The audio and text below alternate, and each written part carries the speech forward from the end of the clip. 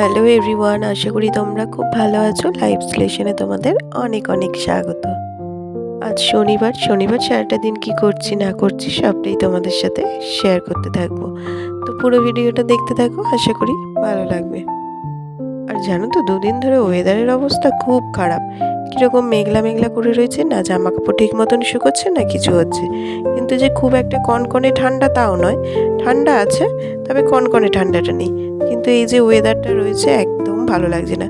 শীতকালে একটু রোদ না থাকলে ভালো লাগে, একটু রোদে এসে বসবো কোথায় তার উপায় নেই। আজকেও সকালবেলা ছাদে এসে দেখছি মেঘলা হয়ে রয়েছে, তবে রোদের দেখা দেবে কিনা জানি না। আর দেখা দিলেও মনে হয় অনেক বেলা করে, কি জানি কি হবে। কয়েকদিন শরীরটা অত্যন্ত খারাপ ছিল, তো আজকে কিন্তু একটু ভালো লাগছে। দেখছি না কাজ করছি, খুব একটা অসুবিধা হচ্ছে না। তবে ঠান্ডাটা অতিরিক্ত লেগে রয়েছে, ওটা সারতে একটু সময় লাগবে। এবারে শরীর খারাপটা না মানে অতিরিক্ত হয়ে গেছে, তার জন্য একটু সারতেও সময় লাগছে। তবে সকালবেলাটা খুব একটা অসুবিধা হচ্ছে না, যেহেতু শনিবার আজকে একটু লেট করে শুরু হয়েছে সকালটা। 8টার সময় ঘুম থেকে উঠে সকালবেলা একদম তোড়জোড় শুরু করে দিয়েছি কাজ বাজের। তো চলো, এই যে 8টার সময় ঘুম থেকে উঠে এবার সংসারে যে কাজকর্মগুলো কিভাবে গুছিয়ে করছি সেগুলো আজকেও তোমাদের সাথে সব শেয়ার করতে থাকবো। বোঝো তো এখনও ঘুমোচ্ছে, তবে আমি এই বাকি যে কাজগুলো সেগুলো সব সেরে নিয়ে তারপরে ঘরে ঢুকবো, মানে নিচের ঘরে পরিষ্কার করতে। তো ওদিকে রান্নাঘরেও ঢুকতে হবে, জলখাবার রেডি করা এইসবগুলোও আছে, সেগুলোও করতে হবে। তো যেহেতু মানে ঠান্ডাও রয়েছে আর স্কুলও নেই, সেহেতু একটু দেরি করে উঠলেও অসুবিধা নেই। আর এক্সাম তো জাস্ট সবে শেষ হয়েছে, মানে ক্লাস টেস্ট, এখনও ফাইনালটা বাকি আছে। তবে খুব একটা যে দেরি আছে তা নয়, তবে আর বেশ কয়েকদিন বাকি আছে। তো 2-1 দিন একটু রেস্ট নিক, একটু দেরি করে ঘুম থেকে উঠুক, তারপরে তো আবারও পড়ার চাপটা মানে দ্বিগুণ পরিমাণে পড়বে। তো ভাবছি না, ও শুয়ে থাকুক, আমি ততক্ষণ বাকি কাজগুলো করে নিয়ে তারপরে ওকে ঘুম থেকে ডেকে তুলবো। তবে শনিবার দিনটা সকালের দিকটা ফ্রি থাকেও ঠিকই, স্কুল থাকে না, ছুটি থাকে, কিন্তু শনিবার দিনটা ওর চাপও আছে প্রচণ্ড। ওদিকে ড্রয়িং করা এইসবগুলো কমপ্লিট করতে হয় ঘরে বসে। বিকেলে ড্রয়িং আছে, সেখান থেকে এসে আবার যোগা আছে। মানে একদম যে বাড়িতে বসে রেস্ট নেওয়ার ব্যাপার তা নয়, শুধু স্কুলটাই থাকে না, তবে বাকি সব কিছুই কিন্তু শনিবার দিনটা বেশ ভালোই থাকে। আর এখন ছোট আছে বলে খুব একটা অসুবিধা হয় না, মানে বাড়িতে যেহেতু পড়ে আমার কাছে, তো একটু বড় হলে পরে তখন তো টিউশনে দিতে হবে, সেসবগুলো আছে। তখন মানে যে একদম বাড়িতে কি করে তার সময় কাটাবে সেই সময়টাই একদম পাবে না। তো যতদিন ছোট আছে ততদিন বেশ ভালোই আছে। এখনও পর্যন্ত টিউশন যেতে হয় না, মানে আমার কাছে যেহেতু পড়ে আমি পুরো পড়াটা দেখে নিই, অসুবিধা খুব একটা হয় না। তো এরপর যত বড় হবে তারপরে তো যাই হোক বাইরে যেতেই হবে কম বেশি, তখন আরও চাপটা বেশি করে পড়বে। তো চলো, এদিকে দেখো নিচের ঘরে এসে বজুকে ডেকে ঘুম থেকে তুললাম, ও গেছে এখন ফ্রেশ হতে। আর আমি এদিকে ঘরটাকে গুছিয়ে নিই। এদিকে ঘরটাকে গুছিয়ে নিয়ে ঘর ঝাঁট দিয়ে ঘরটা পরিষ্কার করে নিয়ে দেন ঢুকবো হচ্ছে রান্নাঘরে। জলখাবারে রেডি করতে হবে, রুটি তরকারি করতে হবে। তো সেগুলো মানে পুরোটাই বাকি রয়েছে, আটা মেখেও রাখা হয়নি, আটা মাখতে হবে।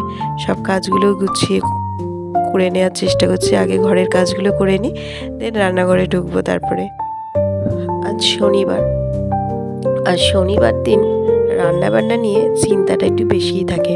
একেই তো রান্নাবান্না নিয়ে মোটামুটি প্রতিদিন চিন্তা ভাবনা থাকে কি রান্না করব আর কি খেতে দেব, তবে শনিবার দিনটা কিন্তু একটু বেশিই চিন্তা হয়। কেন বলো তো? কারণ হচ্ছে নিরামিষ, কী যে রান্না করব আর কী যে খেতে দেব সেটা নিয়ে মানে সত্যি ভীষণ চিন্তার বিষয় হয়ে দাঁড়ায়। তো আমার মতন এরকম শনিবার দিন নিরামিষ আছে এরকম কার কার অবশ্যই কমেন্ট করে জানিও। আর আমার মতন এরকম রান্না নিয়েও চিন্তা হয়, এটাও কিন্তু অবশ্যই কমেন্ট করে জানিও কার কার। তো ধরো এদিকে কাজ বাজগুলো তো সব করেই নিলাম, আর বোঝেও ফ্রেশ হয়ে চলে এসছে এখন। তো ওকে একটু গরম জল যা দিই আর কি সকালবেলা সেগুলো দেবো। আগে ঘরটা ঝাঁট দিয়ে নিই, তারপরে হাত টাত ধুয়ে দেন ওকে ওইসব দিয়ে তারপরে রান্নাঘরে ঢুকতে হবে। রান্নাঘরের কাজগুলো সবই পড়ে রয়েছে। কী যে রান্না করব দেখি। সকালে রুটির সাথে একটা তরকারি করতে হবে, সেটাও বা কী করব সেটাও চিন্তা করছি। আসলে কাজ করতে করতে চিন্তা করতে থাকি। কখনো কখনো মানে আগের দিন রাত্রেবেলাও চিন্তা করে রাখি পরের দিন কী রান্না করব না করব। তো এদিকে দেখছি এসে রান্নাঘরে ফুলকপি রয়েছে, আলু রয়েছে, মানে এগুলো তো থাকেই, এখন শীতের বাজার। আর আলু তো মোটামুটি সবসময় সবার বাড়িতে থাকে। তো ওদিকে মটরশুঁটি আর ফুলকপি আলু দিয়ে একটা তরকারি বসিয়ে দিয়েছি রুটির সাথে খাওয়ার জন্য। তো বোঝোর ড্রয়িং ক্লাস রয়েছে আজকে, তাই একটা ড্রয়িং করে নিল। আর যেহেতু 23শে জানুয়ারি 26শে জানুয়ারি রয়েছে, সেই জন্য ভাবছে যে একটা ফ্ল্যাগই এঁকে নিই। তাই জন্য এই যে মোবাইল থেকে একটা ছবি বের করে ব্যাস ঝটপট করে এঁকে নিয়েছে, কালার করাও হয়ে গেছে, বেশ সুন্দরই এঁকেছে। তো দেখো এইসব তো সব হলো সকালের খাওয়া দাওয়া সমস্ত কিছু। এখন দুপুরের রান্নাও বসে গেছে। আজকে অনেক দিন পর সোয়াবিন রান্না করছি। সোয়াবিনটা না এখন খেতে একদম ভালো লাগে না। আগে যে কি ভালো লাগতো খেতে, আর সোয়াবিনগুলো আগে খেতেও ভালো ছিল, এখন যেন খেতেও কেমন হয়ে গেছে।